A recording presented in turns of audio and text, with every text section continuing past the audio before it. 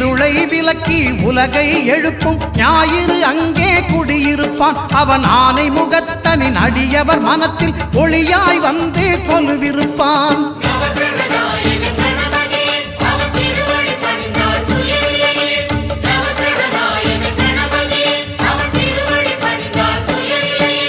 ஒன்பது கோளும் ஒன்றாய் காண